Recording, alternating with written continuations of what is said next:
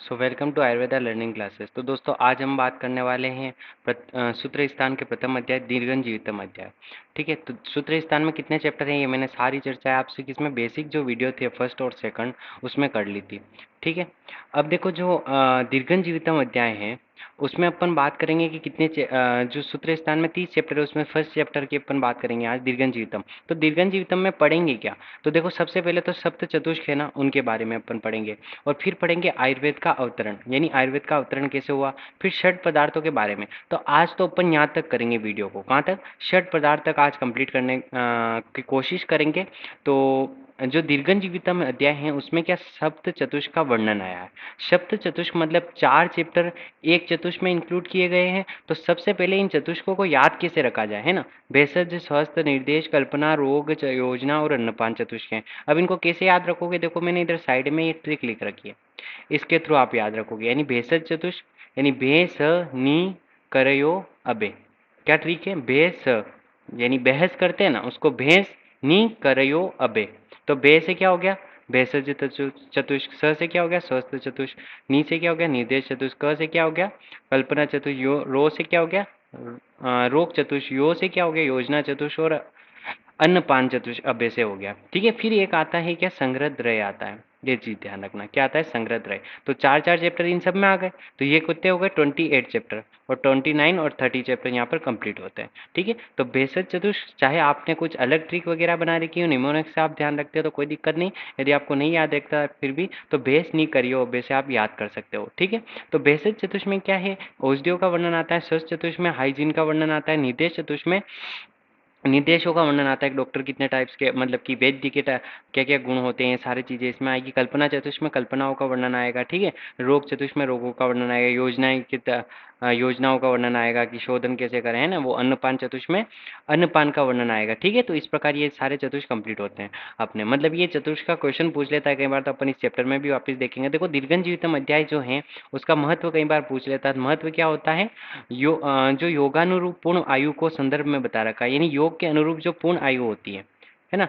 योगानुरूप पूर्ण आयु के संदर्भ में क्या बताता है? दीर्घन जीवितम अध्याय का महत्व बताता है। ठीक है, तो ये चीज आपको बेसिक थी जो कि अपन ने पहले बात कर ली थी। ब्रह्म संहिता में 1000 चैप्टर 1 लाख श्लोक होते हैं। सारपाणी संहिता में भूलोक की सबसे बड़ी संहिता मानी दी है, थोड़ा अलग है। मैंने पहले नहीं बताया था कि सारपाणी जो संहिता होती है भूलोक की सबसे बड़ी संहिता मानी जाती है। और युक्ति प्रमाण कौन मानता है? चरक उपमान प्रमाण सुश्रुत की देन मानी जाती है, ये अपन को बताया था। अब देखो यहाँ पर जो अधातो वर्ड है, जो अधातो वर्ड है वो क्या है? मंगलकारी शब्द है। वो कितने अक्षर कितने शब्द से मिलकर बना है? 2, अत धन ओम। तो ये मंगलकारी शब्द है। फिर देखो दीर्घन जीवितम अध्याय, अधातो दीर्घन जीवितम अध्याय व्याख्याश्याम। तो ये पद कौन सा है? गुरु सूत्र है ना? 4 सूत्र बताएंगे आपको चैप्टर फर्स्ट में। गुरु सूत्र, प्रतिसंस्कृत सूत्र, शिष्य सूत्र और 21 सूत्र। तो ये कौन सा है? अधातो दीर्घन जीवितम अध्याय व्याख्याश्याम गुरु सूत्र है, क्योंकि यहाँ पर व्याख्याश्याम आ रहा है ना, भविष्य काल का वर्णन है, यानी करेंगे। कौन करेंगे? गुरु जी करेंगे, तो इसलिए गुरु सूत्र है। फिर देखो भगवान आत्रेय, तो भगवान आत्रेय ऐसा कहते हैं, इति ह श्याम भगवान आत्रेय, यानी ऐसा भगवान आत्रेय कहते हैं।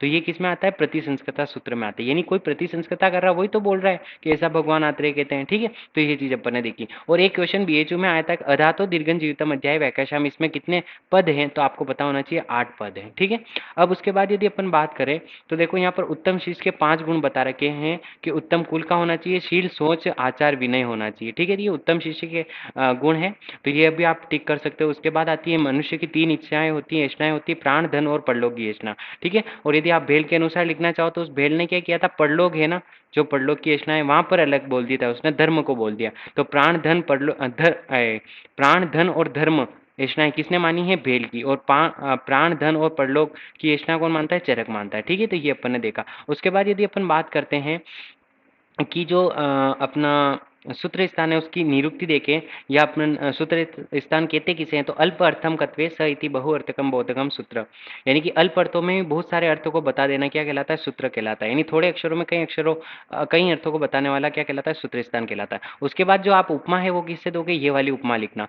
कि सूत्र स्थान का अर्थ है आयुर्वेद सभी विषयों की सूचित करने वाला स्थान है। आयुर्वेद तंत्र के प्रतिपाद्य विषय रूप में पुष्पों की माला की तरह सूत के गुथने वाला स्थान है। अर्थात इस सूत्र स्थान में संपूर्ण संहिता में बतलाए गए विषयों को गूंथ कर सूचित करने के लिए सुरक्षित किया जाता है। यानी कि एक जैसे माला है, मान लो पूरी संहिता पूरी संहिता है, उसमें से माला है, उसमें से माला में से जो फूल होंगे वो तो अच्छे-अच्छे फूल होंगे ना।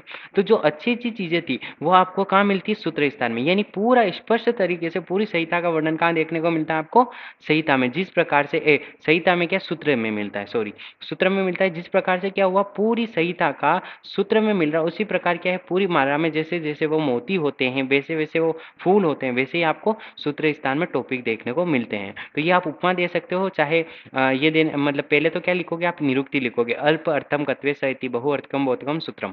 या थोड़े अक्षरों में होते हुए कई अर्थों को बतलाने वाला सूत्र स्थान कहलाता है। और इसके बाद ये उपमा नोट डाउन कर लेना, ठीक है। फिर आपको मैंने बताया था कि श्लोक स्थान और शीर्ष उपम किसे बोलते हैं, तो ये सूत्र स्थान को बोला गया है। सबसे पहले मैंने बेसिक लेक्चर में ये कंप्लीट किया है। फिर देखो अनुबंध चतुष्क आते हैं, उसमें 4 चीज़ें आती है, अभिधेय, प्रयोजन, संबंध और अधिकारी। अभिधेय, प्रयोजन, संबंध, अधिकारी क्या होते हैं? अनुबंध चतुष्क होते हैं, ठीक है। तो अनुबंध चतुष्क में सबसे पहले क्या आता है? अभिधेय। अभिधेय क्या होता है? हेतु दोष द्रव्य। हेतु दोष द्रव्य क्या है? स्कंद त्रय बोलते हैं। क्या बोलते हैं भाई इसको? स्कंद त्रय बोलते हैं। देखो इसमें द्रव्य आ रहा है ना, जो पीजी वाले हैं उनको मैं अलग से बताऊंगा, लेकिन यूजी वालों को पूरा याद होना चाहिए। अभिधेय में क्या आता है? हेतु दोष द्रव्य, इसको स्कंद त्रय बोलते हैं। ये रोगों की उत्पत्ति के रोकना है ना। अभिधेय यानी कि रोकना, ठीक है। अभिधेय का मतलब कौन रोकेगा? हेतु, दोष और द्रव्य। हेतु पता होंगे, दोष पता होंगे तो अपन द्रव्य दे सकेंगे। तो रोगों को रोकने का काम कौन? अभिधेय करता है, या अभिधेय में ये चीजें होती है, ठीक है। उसके बाद आता है प्रयोजन। क्या है? धातु साम्यम क्रिया चौकता तंत्र प्रयोजन, यानी धातु को साम्य स्थिति पर लाना, इस तंत्र का प्रयोजन हो गया। संबंध क्या है? वाच्य वाचक का लक्षण, यानी वाच्य यानी कि कहने वाला और सुनने वाला दोनों का जो संबंध होता है वो क्या कहलाता है? संबंध कहलाता है। अधिकारी कौन है इसके? तो 3 अधिकारी चरक बताता है, ब्राह्मण, क्षत्रिय, वैश्य। देखो यहाँ पर ब्राह्मण, क्षत्रिय, वैश्य को आप एसटी ओबीसी जनरल कैटेगरी से नहीं बिलोंग ये कर सकते हो कोरिलेट। क्यों नहीं कर सकते हो? ये कर्मों के अनुसार बताएं कि जो पाठी थे, जो पाठन क्रिया करते थे, जो पढ़ाते थे वो ब्राह्मण में आ जाएंगे, जो क्षत्रिय जो रक्षा करते थे वो क्षत्रिय में आ जाएंगे, वैश्य वो होते थे जो बिजनेसमैन का बिजनेस करते थे वो, और जो शूद्र होते थे वो लोग आते थे जो न तो पढ़ते थे, न क्षत्रिय थे, न वैश्य थे, वो सारे क्या होते थे? शूद्र। यानी कि ऐसा कोई काम नहीं, जैसे आलसी लोग होते हैं वो सारे शूद्र में आते थे, ठीक है। तो इसको न कि डायरेक्टली प्रोपोर्शनल आप उनसे करना, एसटी, एससी, ओबीसी जनरल से मत बिलोंग करना, यानी कोरिलेट मत करना, इनको ध्यान रखना, ठीक है। ये तो क्या हुआ, इंसानों ने बाद में बांट दिया। अब संहिताओं में ऐसा वर्णन कहीं नहीं मिलता है कि हाँ एसटी, एससी, ओबीसी को इनके अनुसार बांटा जाए, ठीक है। लेकिन यहाँ पर 3 चीजें आती है, ब्राह्मण, क्षत्रिय और वैश्य। जबकि दूसरी संहिताओं में देखेंगे तो उनको अधिकार किस किस को मिला है पढ़ने का? तो ब्राह्मण, क्षत्रिय, वैश्य के अलावा शूद्र को भी मिला है, तो शूद्र को भी इंक्लूड कर लिया गया है, ठीक है। किसने? अन्य संहिता, जैसे सुश्रुत संहिता है उसने भी 4 बताए, ठीक है। लेकिन चरक किसको? शूद्र को नहीं मानता है, ठीक है, क्योंकि शूद्र तो वैसे ही आलसी होता है, उसको क्या बताएंगे, ठीक है। फिर 4 प्रकार के सूत्रों का वर्णन मिलता है यहाँ पर, गुरु सूत्र, शिष्य सूत्र, प्रतिसंस्कृता सूत्र और एक ही सूत्र। अब गुरु सूत्र क्या है? जो गुरु के द्वारा कहा जाए, है ना, जिन वाक्यों को गुरु कहता है वो कौन सा गुरु सूत्र हो गया? तो ने दत्त बुद्धिमताम दृष्टम दृष्टम व्यवम अग्निवेश। देखो दृष्टम व्यवम अग्निवेशम बुद्धि, अब बुद्धि तो किसमें होती है? गुरु में होती है। तो यहाँ पर ये कभी सेंटेंस आपको पीजी में उठा के दे दे कि ने दत्त बुद्धिमता दृष्टम अग्निवेश, तो इसमें आप बुद्धि को ध्यान रखना, बुद्धि को ध्यान रखना यार। बुद्धि तो किसमें थी? गुरु में थी, गुरु में थी ना बुद्धि, शिष्य में थोड़ी थी क्या? तो गुरु में थी, इसलिए कौन सा? गुरु सूत्र हो गया। और एक गुरु सूत्र मैंने आपको बताई था, जो कहते हैं ना ऊपर ही ऊपर फर्स्ट में मैंने बता दिया था वो, तो वो भी कौन सा है? गुरु सूत्र है। अब देखो जो शिष्य सूत्र होता है वो क्या होता है? नेतानी भगवन पश्य पंचशतानी पुर्यंत, यानी यहाँ पर डाउट आ रहे हैं, तो डाउट को जो पूछता है वो शिष्य सूत्र है। तो नेतानी भगवन पंचशतानी पुर्यंत, ये यहाँ पर पूछ रहा है, शतानी यानी 25 प्रकार के जो पुरुष का वर्णन किया है उनके बारे में डाउट आता है, तो अग्निवेश को जो डाउट आया था वो पूछता है, तो ये शिष्य सूत्र हो गया। प्रतिसंस्कृत सूत्र क्या है? तो तम उवाच भगवान आत्रेय, तो भगवान आत्रेय क्या कहते हैं? ऐसा कहते हैं। ये कौन कहता है? प्रतिसंस्कृता कहता है, ठीक है, न कि शिष्य बोलता है, प्रतिसंस्कृता कहता है, ठीक है। उसके बाद एक ही सूत्र आता है। एक ही क्या होता है कि इस संहिता में मान लो माधव निदान का कोटेशन डाल दिया जाए, मान लो सुश्रुत का रेफरेंस डाल दिया जाए, या किसी अन्य आचार्य की जब मीटिंग होती है, जब कॉन्फ्रेंस होती है, तब क्या करते हैं? अन्य आचार्य भी बताते हैं। जैसे मान लो 6 रस हैं, उनके बारे में किसी आचार्य ने 1 बोला है, 2 रस होते हैं, 3 बोलते हैं, इस प्रकार से कई आचार्य अलग अलग बोलते हैं, तो वो सूत्र कौन से होते हैं? एक ही सूत्र होते हैं। तो इस प्रकार यहाँ पर क्या आता है कि कुमार शिरा पूर्व अभी निवृत्ते इति कुमार शिरा भारद्वाज। तो कुमार शिरा भारद्वाज कहता है कि जन्म के समय सबसे पहले किसकी उत्पत्ति होती है? सिर की उत्पत्ति होती होती हैं। तो ये किस कौन बोलता है? कुमार शीरा भारद्वाज बोलता है, न कि चरक। तो ये कौन सा सूत्र होगा? एक ही सूत्र हो गया। ठीक है, ये चीज आपको समझनी है यहाँ पर। फिर यहाँ पर आते हैं, देखो अपन सप्त चतुष्क के बारे में बात करें तो देखो भेष हनी करियो बे से याद रखा था अपन ने। तो सबसे पहले भेषज चतुष्क आता है। अब ये भेषज चतुष्क के बाद क्या है, इसमें एक चीज आती है अर्थ चतुष्क। अर्थ चतुष्क को इंपॉर्टेंट लगाना, 2 नंबर में आप क्वेश्चन पूछ लेता है। अर्ध चतुष्क में क्या आते हैं? तो ज्ञान, जो आयु है उसका ज्ञान, लाभ, विचार, सत्ता, ये 4 चीजें जिसमें होती है वो क्या कहलाते हैं? अर्थ चतुष्क कहलाते हैं। तो क्या आते हैं अर्थ चतुष्क में? ज्ञान, लाभ, विचार और सत्ता। ठीक है, देखो ज्ञान होगा तो आपको लाभ होगा, ज्ञान होगा तो आप विचार करोगे, ज्ञान होगा तो आपको सत्ता मिलेगी। तो ज्ञान, लाभ, विचार, सत्ता, ऐसे ध्यान रख लेना इसको। ठीक है, अर्थ चतुष्क बोलते हैं। तो अपन बात कर रहे थे सप्त चतुष्क के बारे में। तो सप्त चतुष्क के बता रहा था मैं, भेषज चतुष्क हो गया यहाँ पर। ठीक है, वैशेज चतुष्क के बाद अपन बात करते हैं शस्त्र चतुष्क की। शास्त्र चतुष्क में 5 से लगाकर 8 तक चैप्टर आ जाएंगे। फिर निर्देश चतुष्क में 9 से लगाकर 12 तक चैप्टर आ जाएंगे। फिर कल्पना चतुष्क में 13 से लगाकर 26 तक चैप्टर आ जाएंगे। रोग चतुष्क में कितने? 17 से लगाकर 20 चैप्टर आ जाएंगे। योजना चतुष्क में 21 से लगाकर 14, यानी 4-4 का कोम्बा। अन्नपान चतुष्क में 25 से लगाकर 28 तक चैप्टर आ जाएंगे। सुख संग्रह त्रय की बात करें तो इसमें 2 चैप्टर आते हैं, कौन से? 29 और 30। ठीक है, तो ये चैप्टर अपने क्या हो गए यहाँ पर, मैंने पहले भी बता दिया था कौन सी ट्रिक से आपको सप्त चतुष्क के नाम लिखने हैं। बेटा ध्यान रखना, यहाँ पर क्वेश्चन आता है यूजी वालों के, तो कंफर्ट में सप्त चतुष्क के नाम लिखो, ये क्वेश्चन पूछ लेता है। या यूँ पूछता है कितने चतुष्क का वर्णन है, तो आपको पता होना चाहिए 7 चतुष्क है, न कि 8 है। 8वां क्या है? संग्रह है। चीज को ध्यान रखना। देखो सबसे पहले क्या है? आयुर्वेद अवतरण। आयुर्वेद अवतरण के बारे में बता रहा था, ये मैंने अपने आपको मैंने इतिहास वाले में भी बताई थी कि सबसे पहले चरक के अनुसार बात करें, सबसे पहले ब्रह्मा जी आए। ब्रह्मा जी ने दक्ष प्रजापति को दिया, दक्ष प्रजापति ने अश्विनी कुमार को दिया, अश्विनी कुमार द्रय ने किसको दिया? इंद्र को दिया। और इंद्र के पास कौन गए थे? भगवान आत्रेय गए, सॉरी पुनर्वसु गए थे। ठीक है, पुनर्वसु ने किसको लाके दिया? संसार में पृथ्वी पर लाके दिया। पृथ्वी पर लाके दिया तो किसको? सबसे पहले आत्रेय पुनर्वसु को मिला। आत्रेय पुनर्वसु ने अपने 6 शिष्यों को दिया। तो 6 शिष्यों के नाम भी अपन इसमें पढ़ेंगे। तो ये तो क्या था? एक क्रम जो कि आपको कहीं ना कहीं पढ़ाई होता है, चाहे सेकंड ईयर वाले स्टूडेंट हो गए, पदार्थ में उन्होंने पढ़ा होगा, इतिहास में उन्होंने पढ़ा होगा, और फर्स्ट ईयर वाले हैं तो कहीं ना कहीं वो वापस पढ़ लेना। ठीक है, तो ये इसको इस जो है ना फ्लो डायग्राम, उसके अनुसार याद रखना। और जब आयुर्वेद का अवतरण क्वेश्चन आ जाए, चरक के अनुसार आयुर्वेद अवतरण को समझाइए चरक में, तो आप एक क्या करना, डायग्राम से समझाना उसको। फ्लो डायग्राम से समझाओगे तो एग्जामिनर को अच्छा समझ में भी आएगा और इंप्रेशन भी पड़ेगा। ठीक है, आयुर्वेद अवतरण का कहाँ वर्णन मिलता है? चरक चिकित्सा फर्स्ट में, चरक सूत्र फर्स्ट में भी वर्णन देखने को मिलता है। देखो उग्र तपा जो आया, यहाँ पर कुछ इंपॉर्टेंट वर्ड बता रहा हूँ मैं पीजी के अकॉर्डिंग। उग्र तपा है वो भारद्वाज के लिए आता है, और शरणम शरणम मम ईश्वरम किसके लिए आता है? इंद्र के लिए आता है, ध्यान रखना। उग्रतपा और अमितायु, अमितायु और उग्रतपा किसके लिए आता है? भारद्वाज के लिए पर्याय आते हैं। ये चीज आपने ध्यान रखी। ठीक है, देवताओं के प्रथम विषय किसको मानते हैं? रुद्र को मानते हैं, ये चीज आप ध्यान रखना। ठीक है, फिर देखो जगरा जो नाम आता है वो सिनोनिम्स किसका है? प्रजापति का है। ठीक है, ठीक। और उसके बाद यदि बात करें अपन भारद्वाज, अब भारद्वाज के क्या पर्याय हैं? तो उग्रतपा, अमितायु। तो ऐसे याद रखना, भाऊ उग्र अम्मी आई, उग्र अम्मी आई, उग्र मतलब गुस्सा वाली अम्मी आई। ठीक है, मम्मी आई मतलब अम्मी से। तो उग्र तपा और अमितायु किसका पर्याय है? भारद्वाज का पर्याय है। ठीक है, फिर बात करते हैं अपन, देखो यहाँ पर जो प्रथम संभाषा हुई थी, आपको पता है सूत्र विस्तार में 4 संभाषा हुई, पहले में, 12वें में, 25 में और 26 में हुई। तो पहले में कहाँ पर हुई थी? स्थान क्या था? तो पार्श्व हिमवत सूबे, यानी कि हिमालय पर्वत के पार्श्व में हुई थी। किससे संबंधित हुई थी ये? आयुर्वेद के अवतरण से संबंधित हुई थी। ठीक है, अब बात करते हैं अपन कि यहाँ पर देखो जो तर्पण ऋषि आए थे, इसमें ध्यान रखना।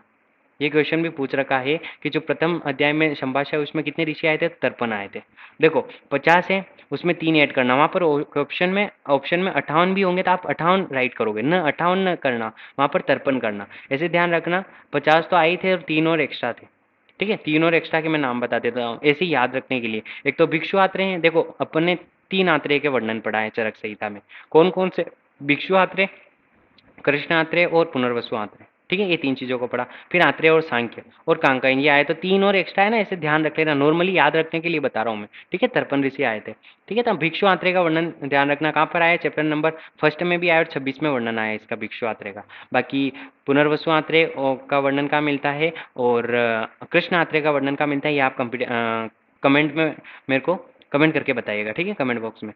देखो फिर देखते हैं अपन बात करें कि देखो यहाँ पर धर्म अर्थ का मोक्षाणाम आरोग्य मूल उत्तम, आरोग्यम मूल उत्तम। तो मूल उत्तम है, आरोग्य का मूल उत्तम क्या है? धर्म अर्थ काम मोक्षाणाम। तो धर्म अर्थ काम मोक्षाणाम क्या है दोस्तों? यहाँ पर ये पुरुषार्थ चतुष्क होते हैं, इनको क्या बोलते हैं? पुरुषार्थ चतुष्क बोलते हैं। ध्यान रखना, जो फर्स्ट ईयर वाले हैं ना वो ध्यान रखना, धर्म अर्थ काम मोक्षाणाम, ये क्या है?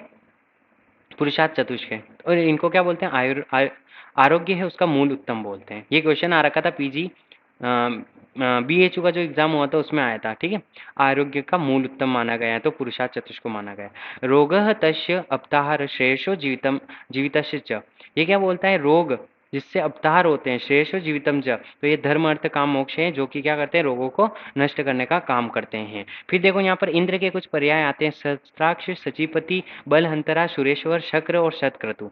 ध्यान रखना, सचिपति, बलहंतरा, सहस्त्राक्ष, शक्र, सुरेश्वर और शतक्रतु किसके पर्याय हैं, ये इंद्र के पर्याय हैं। ध्यान रखना, बलहंतरा इसलिए कहते हैं क्योंकि उसने बल नामक जो दैत्य था उसको मारा था, वध किया था उसका, इसलिए इंद्र को क्या बोलते हैं, बलहंतरा बोलते हैं। ठीक है, उसके बाद यदि बात करें अपन, देखो मैंने नीचे भी लिख रखे हैं, आप एक बार पढ़ लेना।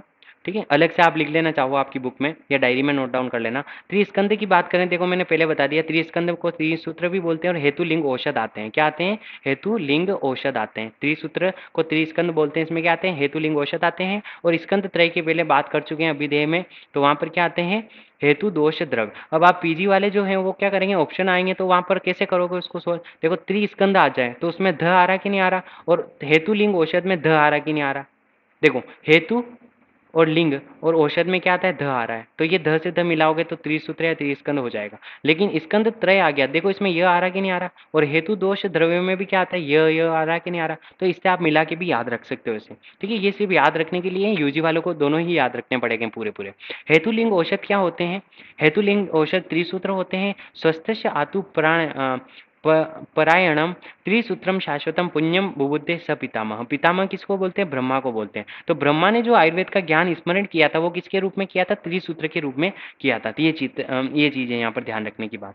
ठीक है, फिर त्रिसूत्र आयुर्वेद हेतु लिंग औषध इसको डिस्क्राइब कर रखा था, ये अपन जब भी चैप्टर में वर्णन जहाँ पर पढ़ेंगे वहां पर देख लेंगे। ठीक है, सो अनंत अपारम त्रिस्कंदम आयुर्वेद महामति, यानी महामति किसके लिए है, भारद्वाज। तो जो भारद्वाज था, शीघ्र ही जिस आयुर्वेद को न आदि न अंत है ऐसे त्रिस्कंद यानी हेतुलिंग औषध को संपूर्ण रूप आयुर्वेद को ध्यानपूर्वक अध्ययन करते हुए ठीक ठीक ज्ञान प्राप्त कर लिए। यानी वो जो वहाँ भारद्वाज गए थे ना इंद्र के पास सीखने के लिए, तो वो त्रिस्कंद वाला जो नॉलेज था उसको क्या ठीक प्रकार से ज्ञान को अर्जित किया उन्होंने। ठीक है, तो ये लाइन देके कई बार पूछ लेता है, तो इंपॉर्टेंट है, ध्यान रखना है लाइन को, जो मैं हाईलाइट किया हूँ ना, तो आप भी हाईलाइट कर लेना इस लाइन को। ठीक है, और यहाँ पर इस वाले श्लोक में कौन सा न्याय आता है, तो देखो न्याय वाले क्वेश्चन क्या है, अभी जो पीजी के एग्जाम हो रहे हैं ना उनमें जरूर पूछे जा रहे हैं। तो गो बलि न्याय का वर्णन मिलता है इस वाले श्लोक में। ठीक है, ये कभी देख के पूछ ले, सो अनंत अपारम त्रिस्कंदम आयुर्वेदम महामति में कौन सा न्याय है, तो गो बलि न्याय का वर्णन देखने को मिलता है। ठीक है, फिर अपन बात करते हैं यहाँ पर षट पदार्थ के बारे में। तो देखो षट पदार्थ जो आपने पढ़े होंगे कि जो वैशेषिक दर्शन है, वैशेषिक दर्शन और चरक ने 6 पदार्थ माने, लेकिन जो वैशेषिक दर्शन के कहने का क्रम है वो थोड़ा अलग है और चरक का थोड़ा अलग है। ठीक है, कौन से माने थे, द्रव्य गुण कर्म सामान्य विशेष, ये तो वैशेषिक दर्शन का है, और चरक का अभी देखेंगे। नव न्याय कितने मानता है, 7 पदार्थ मानता है, जिसमें अभाव को अलग एक्स्ट्रा 6 प्लस अभाव को मानता है 7 हो जाता है। न्याय दर्शन कितने मानता है, 16 पदार्थ मानता है, और चरक सूत्र फर्स्ट में कितना वैशेषिक दर्शन का प्रभाव पड़ता है। क्यों, क्योंकि वैशेषिक दर्शन 6 पदार्थ को मानता है और चरक भी 6 को मान रहा है, इसलिए कौन से वैशेषिक दर्शन का प्रभाव अपन यहाँ मानते हैं। ठीक है, उसके बाद अपन बात करते हैं यहाँ पर षट पदार्थ की। षट पदार्थों का क्रम क्या है, अलग है। सामान्य च विशेष च गुणान द्रव्याणि कर्म च समवाय तंत्र समवाय च तत्व ज्ञातवम तंत्रोक्त विधिम अस्तित्व, यानी कि सामान्य है सबसे पहले, फिर विशेष है, फिर गुण है, फिर द्रव्य है, फिर कर्म है, फिर समवाय है। तो यहाँ पर जो क्रम है वो अलग है वैशेषिक दर्शन से। जो पदार्थ विज्ञान पढ़ के आ चुके होंगे फर्स्ट ईयर वाले तो वो जानते होंगे वहाँ पर द्रव्य गुण कर्म सामान्य विशेष समवाय था। यहाँ पर जो क्रम है वो क्या है, सामान्य विशेष गुण। ध्यान रखना, गुण भी पहले आ रहा है, देखो है ना, फिर आता है द्रव्य कर्म और समवाय। ठीक है, सामान्य विशेष गुण पहले हैं, बस इतना सा ध्यान रख लो, बाकी जो बचे थे वो पीछे लिख देना। सामान्य विशेष तो एक क्रम में याद ही रहेगा ये तो, लेकिन गुण पहले आता है, बस बाकी जो है पीछे वो पीछे लिख देना, यानी सामान्य विशेष गुण द्रव्य कर्म समवाय आते हैं। ठीक है, ये क्रम ध्यान रखना, क्योंकि ये क्रम देखिए एक बार पूछ लिया किसके गुण हैं, तो चरक ने माने थे क्या, सॉरी किसके कौन से पदार्थ हैं, तो चरक के अनुसार ये पदार्थ माने गए हैं। ठीक है, अब ये थोड़ा सा विमर्श में दे रखा, अक्षी कुक्षी भवा रोगम प्रतिशाय व्रणम ज्वरा, ये थोड़ा अंडरलाइन कर लेना जो पीजी की तैयारी कर रहे हैं वो बच्चों के लिए, कि ये अक्षी कुक्षी भवाम रोगाम प्रतिशाय व्रण ज्वरा ये लंघन के योग्य पुरुष माने गए हैं। ठीक है, फिर देखो यहाँ पर जो अपन ने पदार्थ देखे थे 6, उसमें से मुख्य पदार्थ कौन से होते हैं, 3 होते हैं, द्रव्य गुण कर्म और सामान्य विशेष समवाय होते हैं, वो क्या होते हैं, उप पदार्थ होते हैं। ठीक है, जो मुख्य पदार्थ है वो 3 द्रव्य गुण कर्म होते हैं। ठीक है, ये चीज ध्यान रखना। फिर देखो अपन बात करते हैं 6 शिष्यों को ज्ञान दिया था आत्रेय पुनर्वसु आत्रेय ने, तो वो कौन 6 शिष्य थे, अग्निवेश, अग्निवेश भेल जत्तुगण पाराशर हारित। तो क्या याद रखना, ये ट्रिक के थ्रू याद रखना, अपराजित है भेल क्षार। अ से क्या हो गया अग्निवेश, परा से क्या हो गया पाराशर, जी से क्या हो गया जत्तुगण, हे से हारित, भेल से भेल, क्षार से क्षार पानी हो गया। ठीक है, अपराजित है भेल क्षार, ये 6 शिष्यों के नाम याद होने चाहिए, कई बार पूछता है ये। और आप जो ड्रॉ वो बनाओगे ग्राफ बनाओगे इनका कि आयुर्वेद का अवतरण कैसे हुआ, तो उसमें भी आपको लिखने पड़ेंगे 6 शिष्यों के नाम। ठीक है, तो ये चीज़ ध्यान रखना। अब इनमें से सबसे बुद्धिमान कौन था, अग्निवेश था। ठीक है, नेक्स्ट कोटेशन, बुद्धि विशेष तत्र शितो उपदेशनांतर मुने तंत्रस्य कर्ता प्रथम अग्निवेश। जो तंत्रस्य करता था वो कौन था, प्रथम अग्निवेश था, बाकी किसी ने ये नहीं बनाया था। जबकि मैंने आपको बताया क्षार पाणी संहिता है वो सबसे बड़ी भू लोक की सबसे बड़ी संहिता है, ये भी आपको बता दिया था मैंने, है ना, ऊपर ही ऊपर सबसे पहले। तो ये तंत्रस्य कर्ता किसने तंत्र का निर्माण किया, सर्वप्रथम तो अग्निवेश ने किया था। ये चीज जो फर्स्ट ईयर वाले वो जरूर ध्यान रखना। ठीक है, अब उसके बाद आता है, देखो क्यों किया, क्योंकि बुद्धिमान क्या थे, अग्निवेश जो थे वो बुद्धिमान थे 6 शिष्यों में से, सर्वप्रथम इसीलिए ग्रंथ का निर्माण किया गया। ठीक है, फिर आप ध्यान रखना, यहाँ पर ज्ञान के देवता आते हैं। ज्ञान के देवता कितने, 8 हुए हैं। बुद्धि सिद्धि स्मृति मेधा धृति कीर्ति क्षमा दया। बुद्धि सिद्धि स्मृति मेधा धृति कीर्ति क्षमा दया, ये कॉम्बो बना के याद रखना, 4-4 का। ठीक है, बुद्धि सिद्धि स्मृति मेधा धृति कीर्ति क्षमा दया, ऐसे ही याद रखना। ये पूछ रखा, पीजी में भी पूछता है, यूजी में तो आपको लिखना ही होगा ज्ञान के देवता। और फिर आयुर्वेद की डेफिनेशन आती है, हिता हितम सुखम दुखम आयुष हिताहितम मानम च तत् च यत्रोगतम से आयुर्वेद च उच्यते। यानी कि हित आयु अहित आयु सुख दुख आयु का जिस ग्रंथ में वर्णन होता है उसको क्या कहते हैं, आयुर्वेद कहते हैं। ठीक है, ये चरक सूत्र फर्स्ट की डेफिनेशन है। और हित अहित सुख दुख आयु का इलोब्रेशन या डिस्क्रिप्शन का मिलता है चरक सूत्र 30वें अध्याय में मिलता है। ठीक है, अर्थदश मामूली में सिर्फ यहाँ डेफिनेशन यहाँ मिल रही है, इनका वर्णन वहाँ मिलेगा कि किसे हित आयु कहते हैं, किसे अहित आयु कहते हैं, ये चीज़ ध्यान रखना। फिर देखो, शरीर इंद्रिय सत्वात्मा सहयोगो धारी जीतम नित्यंगस्य धारी जीतम नित्यंगस्य अनुबंध से पर्याय उच्यते। यानी ये किसकी आयु की डेफिनेशन है, ये भी आपको याद रखनी है, ये इंपॉर्टेंट है ना। शरीर इंद्रिय सत्व आत्मा संयोग, इनका शरीर इंद्रियों और सत्व यानी मन और आत्मा का सहयोग होता है, उसे क्या कहते हैं, आयु कहते हैं। और इसके पर्याय बता रखे, धारी जीवितम नित्यंगस्य अनुबंध से, ये क्या 4 पर्याय, और एक आप पढ़ोगे चरक सूत्र 30 में, चेतना अनुवर्तनी, जो चेतना का अनुवर्तन करे वो भी क्या है, आयु है। तो ये 4 तो पर्याय बता दिए और एक इसकी डेफिनेशन बता दी। शरीर इंद्रिय सत्वात्मा संयोगो आयु कहलाती है, और धारी नित्यंगस्य जीवितम अनुबंधस्य और चेतना अनुवर्तनी क्या हो जाते हैं, इसके पर्याय हो जाते हैं। ये चीज आप ध्यान रखना। ठीक है, उसके बाद देखो इस कोटेशन में क्या आता है, लोग उरो उभय हितम, है ना, लोगयरो उभय उभयरो हितम। यानी यहाँ बोल रहा है लोक और उभय यानी ईसलोक और परलोक, उभयो हितम यानी ईसलोक और परलोक दोनों के लिए क्या अच्छा माना जाता है, ये आयुर्वेद के लिए आया है। यानी आयुर्वेद को यदि नियमों का आप पालना करते हो तो आप ईसलोक और परलोक दोनों के लिए क्या हो जाते हो, वो ईसलोक को तो अच्छा करेगा ही सही, लेकिन पढ़ लोगे उसके लिए भी हित कर लेगा। और ये लाइन भी पूछी गई है, तस्या आयुष्य पुण्यतम वेदो वेद विदा मतम, यानी सभी वेदों में पुण्यतम वेद क्या है, आयुर्वेद है। तो ये आयुर्वेद के लिए लाइन आई है। ठीक है, फिर देखो सामान्य च विशेष यानी यहाँ पर सामान्य विशेष के लिए बता रहे हैं कि सर्वदा सर्वभावनाम सामान्य वृद्धि कारण, जो सामान्य होते हैं वो हमेशा क्या, सर्वदा हमेशा क्या होते हैं, सामान्य क्या करते हैं, वृद्धि के कारण, यानी वृद्धि को कौन करता है, सामान्य। और हास हेतु विशेष, विशेष क्या करता है, हास यानी कमी करने का जो काम करता है वो विशेष करता है। ठीक है, प्रवृत्ति उभयस्तु, तो ये प्रवृत्ति उभयस्तु दोनों के लिए आता है, यानी कि सामान्य और विशेष दोनों के लिए। तो यहाँ पर जो सामान्य है वो क्या है, सामान्य वृद्धि कारण वो द्रव्य सामान्य है, और हास हेतु विशेष के ऊपर लिख लेना द्रव्य विशेष है। ठीक है, उसके बाद यदि अपन बात करें तो देखो यहाँ पर सामान्य में एकत्व कर्म विशेषस्तु पृथकत्व तल्याश अर्थ ही सामान्य विशेषस्तु विपर्य, यानी सामान्य जो है वो एकत्व करने वाला कर्म है। तो ये क्या हो गया, गुण सामान्य, और विशेषस्तु वो है वो पृथकत्व यानी अलग करने का काम कौन करता है, विशेष करता है। ये श्लोक आपको याद होने चाहिए, जो फर्स्ट ईयर वाले हैं वो तो भाई याद ही कर लेना, जो सेकंड ईयर वाले हैं उनको तो वैसे ही याद होंगे, पदार्थ विज्ञान में बार बार पढ़ते रहते हो आप। ठीक है, तो सामान्य में एकत्व कर्म है वो क्या है, गुण सामान्य है, विशेषस्तु पृथक है वो गुण विशेष है, तुल्यार्थता ही सामान्यम ये कर्म सामान्य है, और विशेषस्तु विपर्य ये कर्म विशेष है। ठीक है, तो ये यहाँ पर मैंने आपको लिखा है, द्रव्य विशेष को अत्यंत विशेष भी बोलते हैं, गुण विशेष को मध्य विशेष भी बोलते हैं, कर्म विशेष को एक देशिक विशेष भी बोलते हैं, और अत्यंत सामान्य भी होता है, मध्य सामान्य भी होता है, एक देशिक विशेष भी सामान्य भी होता है। ठीक है, तो ये नाम ध्यान रखना, किसी आचार्य या किसी एग्जाम में पूछा गया इसलिए मैंने यहाँ लिख रखा है। और अब मैं बताता हूँ आपको द्रव्य सामान्य क्या होता है। जैसे मांस को खाने से मांस बढ़ता है, तो उसी प्रकार क्या होगा, द्रव्य सामान्य होगा। जैसे बकरे का मांस खाऊंगा तो मैंने बकरे का मांस क्या है, मनुष्य के मांस के गुणों के समान होता है ना, तो इसलिए क्या है, बकरे का मांस खाएंगे तो अपना भी मांस बढ़ेगा। फिर गुण सामान्य की बात करें तो दूध और घी खाने से क्या होता है, है, शुक्र की वृद्धि होती है। क्यों? क्योंकि दूध और घी के गुण होते हैं वो शुक्र के समान होते हैं, इसलिए जो गुणों में समानता होगी तो वो उस गुण की वृद्धि करेगा। फिर कर्म सामान्य की बात करें तो यदि मैं तेज दौड़ता हूँ तो मेरे में वात की वृद्धि होगी, ठीक है, और चंचलता बढ़ेगी। ये चीज ध्यान रखना आप। देखो, अत्यंत सामान्य, मध्य सामान्य और एक देशिक सामान्य यहाँ पर वर्णन आ गया, ठीक है। तो ये किसी अलग आचार्य ने बताए थे इन्हीं के नाम, तो आपको याद होना चाहिए। कभी द्रव्य विशेष, गुण विशेष, कर्म विशेष, तो आप पता लगा लोगे। जो श्लोक में मैंने ऊपर लिखवाया है ना, ये वाले, तो ये कंपटीशन में दे के पूछता है बेटा, ध्यान रखना इसको, ठीक है। उसके बाद क्या आता है यहाँ पर? सत्वात्मा शरीर। सत्वात्मा शरीर क्या होते हैं? त्रिदंड होते हैं, ध्यान रखना। त्रिदंड को कैसे याद रखोगे? देखो, एक सास होती है, अपनी बहू के लिए क्या डंडा मारती है, डंडा मारती है, यानी कि सास के हाथ में क्या है? दंड है। तो त्रिदंड की ट्रिक क्या होगी? एस ए एस, सास, यानी सत्वात्मा शरीर है ना। सत्वात्मा शरीर क्या होती है? त्रिदंड आते हैं। जो फर्स्ट ईयर वाले होते हैं उनको दिक्कत आती है ना याद करने में, इसलिए ऐसे ध्यान रखना इसको, ठीक है। और लोक तिष्ठन्ति संयोगात्र सर्व प्रतिष्ठिता, तो ये किसके लिए आई है? लोक तिष्ठन्ति संयोगात्र सर्व प्रतिष्ठिता, ये किसके लिए आई है? तो त्रिदंड के लिए लाइन आती है, ध्यान रखना है, पीजी में पूछ रखा है क्वेश्चन, ठीक है।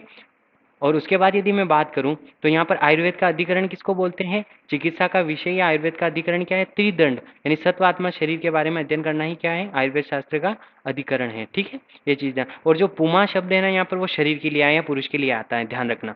देखो, अब बात करते हैं यहाँ पर द्रव्य की गणना बात करें अपन, तो द्रव्य की जो कारण द्रव्य उनके बारे में बता रखा। ख आदि आत्मा मन कालो दिशच द्रव्य संग्रह, तो ये 9 क्या हो गए यहाँ पर? कारण द्रव्य होते हैं। ख यानी कि आकाश, वायु, अग्नि, जल, पृथ्वी, फिर क्या हुआ? आत्मा हो गई छठी, मन हो गया, फिर काल हो गया, दिशा हो गई, और द्रव्य संग्रह, है ना। ये 9 क्या होते हैं? कारण द्रव्य होते हैं। फिर कार्य द्रव्य को 2 भागों में बांट रखा है इसने, स इंद्रिय चेतन द्रव्य, निरिंद्रिय अचेतन द्रव्य। चेतन द्रव्य और अचेतन को 2 भागों में कार्य द्रव्य को बांट रखा है। तो ये फर्स्ट लाइन किसके लिए आई है? कारण द्रव्य के लिए। और जो सेकंड लाइन है वो किसके? कार्य द्रव्य के लिए आई है, ठीक है, ध्यान रखना है। तो यहाँ पर कितने? 9 द्रव्य बोले हैं, ध्यान रखना। कारण द्रव्य कितने होते हैं? 9 होते हैं। ख आदि, ख आदि का मतलब आकाश, वायु, अग्नि, जल, पृथ्वी हो गया। फिर आत्मा, मन, काल, दिशा, सॉरी, दिशा तक हो गया, तो ठीक है। तो ये क्या हो गया यहाँ पर? ये बता दिए। देखो यहाँ पर पृथ्वी, जल, वायु, तेज, है ना, आकाश को छोड़ के दिए क्या होते हैं? मूर्त द्रव्य। इनकी कोई शेप बनती है, इसलिए इनको बोलते हैं मूर्त द्रव्य बोलते हैं। और अमूर्त द्रव्य क्या होते हैं? आकाश की कोई शेप नहीं होती, आत्मा, मन, कालो, दिशा, इनकी कोई शेप नहीं होती। तो 9 द्रव्यों में से 4 तो क्या हो गए? मूर्त द्रव्य, और 5 क्या हो गए? अमूर्त द्रव्य होते हैं। तो मूर्त द्रव्य, अमूर्त द्रव्य को ध्यान में रखना है, पदार्थ विज्ञान का अच्छा टॉपिक है, यहाँ पर क्लियर हो जाएगा, ठीक है। फिर बात आती है यहाँ पर, यदि जैसे मैं बात बता रहा, कार्य द्रव्य 2 प्रकार के बताए थे, चेतन और अचेतन। फिर चेतन को 2 भागों में डिवाइड कर दिया था, बही चेतन और अंतः चेतन। बही चेतन में क्या आते हैं? जो झूलोजी वाले हैं ना, जरायुज, अंडज, छेदज, उद्बीज। और अंतः चेतन में क्या आते हैं? वनस्पति, विरुद्ध, वानस्पति और औषधि आते हैं। अचेतन में 2 होते हैं, प्राकृत और कृत्रिम। यानी अचेतन में कौन सी आ गई? अपनी जितनी भी भस्में हैं, धातुएं हैं, वो सारी इसमें आ जाएगी, ठीक है। बही चेतन में क्या आ गए? जरायुज, अंडज, छेदज, उद्बीज। और अंतः चेतन में क्या आते हैं?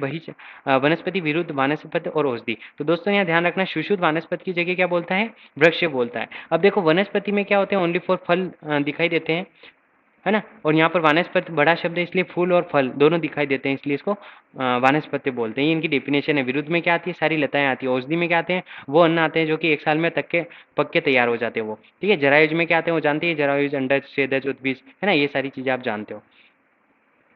अब देखो यहाँ पर ये अंतःचेतन है ना, उसमें एग्जाम्पल बता रहा है कि अंतःचेतन कौन होता है? लज्जालु, लाजवंती जो होती है, टच मी नॉट प्लांट होता है, उसमें क्या टच सेंसेशन होता है। सूर्यमुखी में क्या होता है? सन सेंसेशन होता है, यानी कि प्रकाश की गति करता है। फिर बीजपुर नींबू में श्रृंगाल आदि जंतुओं का वसा डालने पर क्या हो जाता है? वो उसमें फल की उत्पत्ति हो जाती है। अशोक वृक्ष की मूल की में कामिनी अपने पेड़ से लात मारती है, पेड़ से मारती है तो उसमें गुच्छे खिल जाते हैं, यानी फूल लगने लगते हैं, किसमें? अशोक वृक्ष में। तो ये दोनों ध्यान रखना है यहाँ पर, ठीक है, ये चीज ध्यान रखना। फिर देखो, गुण की बताएं अपन, कितने गुण है? तो 41 गुण है। आयुर्वेद में कितने गुण बता रखे हैं अपने चरक में? तो 41 गुण। कौन कौन से? सार्था, गुरुवादेय, बुद्धि, प्रयत्न, अंतापराधि, ठीक है। तो परादि गुण हो गए, गुरुवादी गुण हो गए, सार्थक गुण हो गए, बुद्धि से लगाकर प्रयत्न अंत तक कौन से गुण हो गए? ये आत्मिक गुण हो गए। तो देखो कितने गुण हो गए? सार्थक गुण कितने होते हैं? 5 होते हैं। शब्द, स्पर्श, रूप, रस, गंध होते हैं। गुरुवादी गुण कितने होते हैं? 20 होते हैं, ठीक है। बुद्धि, प्रयत्न, अंतापराधि, ये कितने हो गए? 6 गुण हो गए। परादि गुण कितने होते हैं? 10 होते हैं। तो देखो यहाँ पर नीचे देखने को मिल जाएगा, तो टोटल कितने हो गए? 41 गुण। और गुणा प्रोक्ता ये किसके लिए आया है? तो 41 गुणों के लिए आया है, ठीक है। गुणा प्रोक्ता किसके लिए आया है? ये सारों के लिए आया है, ध्यान रखना। गुणा प्रोक्ता के लिए कितने गुण है? तो ऐसे पूछ लेता है, तो 41 गुण ध्यान रखना इसके लिए, ठीक है। सामान्य गुण कितने होते हैं? 30 होते हैं। तो देखो बेटा, सामान्य गुण कौन से होते हैं? एक तो सार्थक गुण और सॉरी, गुरुवादी गुण, 20 और परादी गुण 10, ये दोनों क्या होते हैं? सामान्य गुण होते हैं, ध्यान रखना। और योगेंद्र नाथ सेन ने 41 के साथ मन को इंक्लूड करके 42 गुण बताए, ध्यान रखना। योगेंद्र नाथ सेन है, उसने कितने? 42 गुणों का वर्णन किया है। ठीक है, तो बेटा देखो, गुणवादी गुणों को क्या होते हैं? द्रव्य गुण भी कहते हैं और कायिक गुण भी कहते हैं, इनको ध्यान रखना।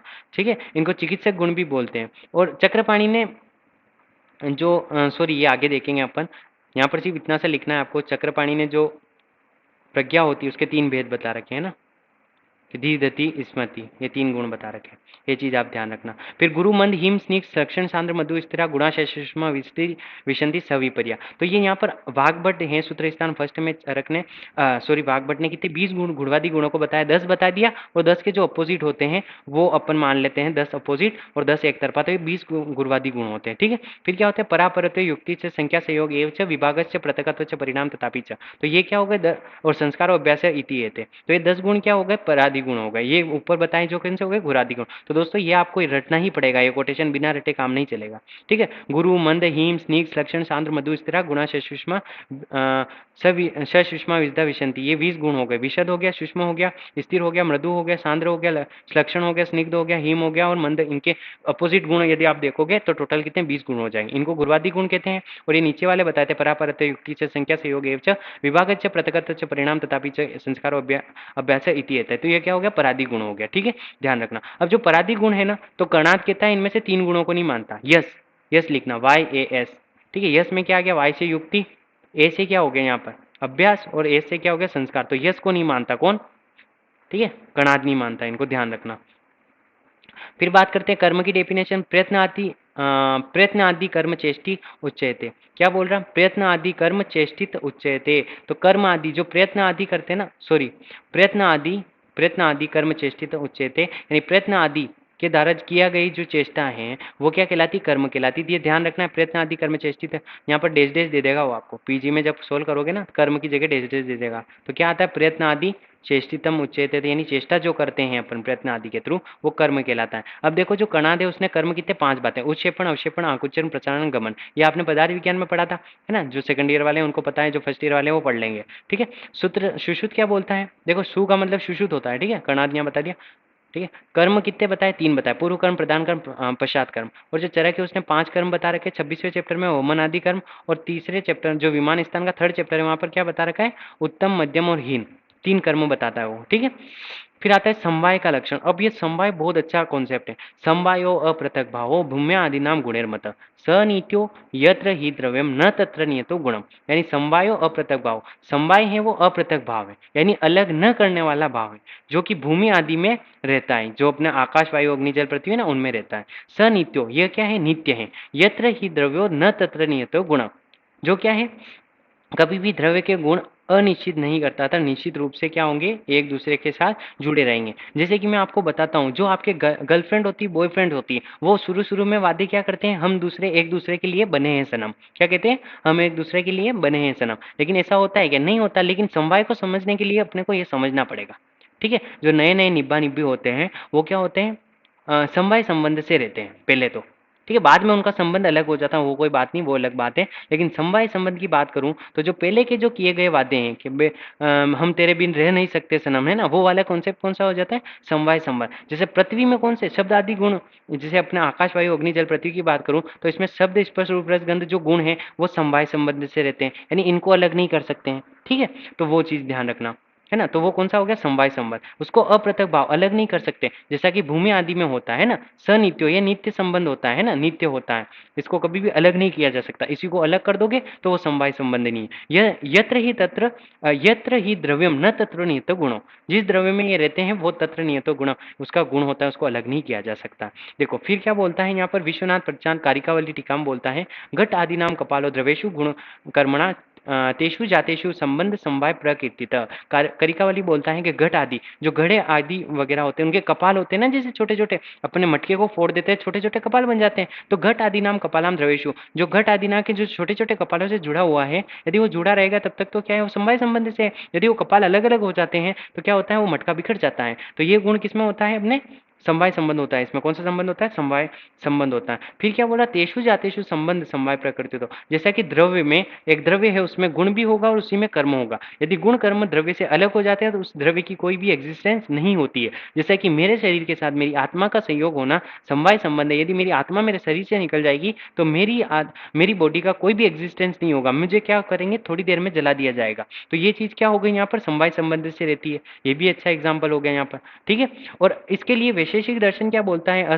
समवाय संबंध के लिए अशुद्ध अयुत सिद्ध। अयुत सिद्ध किसके लिए आता है? समवाय संबंध के लिए बोलता है वैशेषिक दर्शन, ठीक है। अयुत सिद्ध किसको बोला है? यानी जिसे अपृथक अलग नहीं किया जा सके, यानी समवाय के लिए बोला है, ठीक है। ये चीज ध्यान रखना। अब देखो यहाँ पर द्रव्य की डेफिनेशन आती है। देखो ये जो कोटेशन मैंने अंडरलाइन कर रहा हूँ ना, ये आपको याद रखने हैं।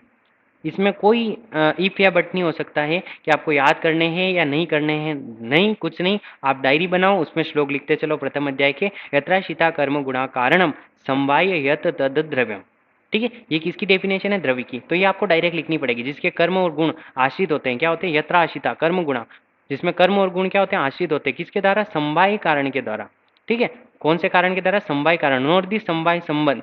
ध्यान रखना। देखो गुण की जब डेफिनेशन पढ़ाऊंगा ना, तो उसमें क्या आएगी? जो समवायी है उसमें जो ई की मात्रा है वो पीछे लगी होगी गुण में, लेकिन जो द्रव्य पढ़ रहे हैं उसमें आगे है, ठीक है। तो ये क्या है? जत्राशिता कर्म गुणा कारणम, और यहाँ पर डैश डैश दे देता है वो, कई बार ऐसे क्वेश्चन आ जाता है। फिर आप फिलिंग इन द ब्लैंक्स में क्या भरोगे?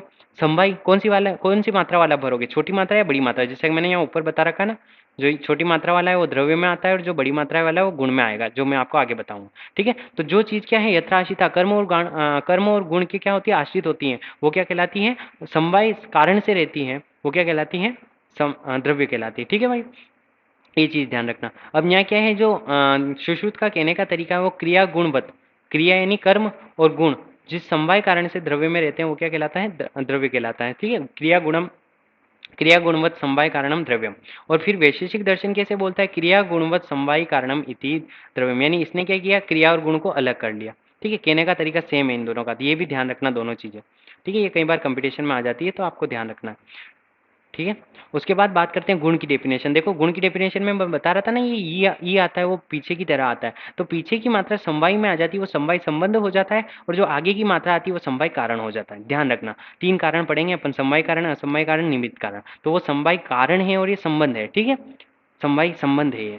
तो यहाँ पर समवाय तो निश्चेष्ट कारणम गुणम, जो क्या हो? समवाय संबंध से रहता हो, किसमें? द्रव्य में। तू निश्चेष, जो निष्क्रिय हो, कारणम गुणम, जो क्या हो? ग्रहण करने में कारण हो, चेष्टा रहित हो, और क्या हो? कारण, जो ग्रहण करने का कारण, ग्रहण करने में कारण हो, उसे क्या कहते हैं? गुण कहते हैं। तो ये भी डेफिनेशन आपको याद रखनी है, क्योंकि पदार्थ विज्ञान कहीं भी पढ़ेंगे फर्स्ट ईयर वाले, और सेकंड ईयर वालों ने तो पढ़ ली होगी, उनको याद ही होगी, इसलिए मैं ज़्यादा इसमें टाइम वेस्ट नहीं कर रहा हूँ, ठीक है।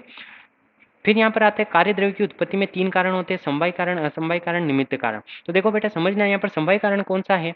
तो यहाँ जैसे तंतु पट, जैसे मान लो कोई भी आपकी जो ड्रेस बनती है वो कोई ना कोई तागों से बनती है, तो जो तागे हैं उसमें धीरे धीरे आपस में जुड़ते गए, धीरे धीरे जुड़ते गए, तो वो क्या, जब पेंट बन जाती है वो तागे अलग हो जाते गए? नहीं होते, वो पेंट में भी थे और उस कारण में भी थे। मान लो वो जो कपड़ा बना आपका, है ना, तो वो तंतु थे छोटे छोटे छोटे छोटे, तो वो तंतु क्या है? आपको उस कपड़े में भी दिखाई दे रहे, और जो छोटे छोटे थे अलग अलग तब भी दिखाई दे रहे। तो कारण जो है वो कार्य में परिवर्तित हो गया, तो कारण क्या कार्य में भी दिखाई देगा ना, दिखाई देगा, तो वो समवाय संबंध हो गया, समवाय कारण हो गया। असमवाय कारण क्या होता है? देखो असमवाय कारण वो है जैसे कि पट का असमवाय कारण तंतु का संयोग।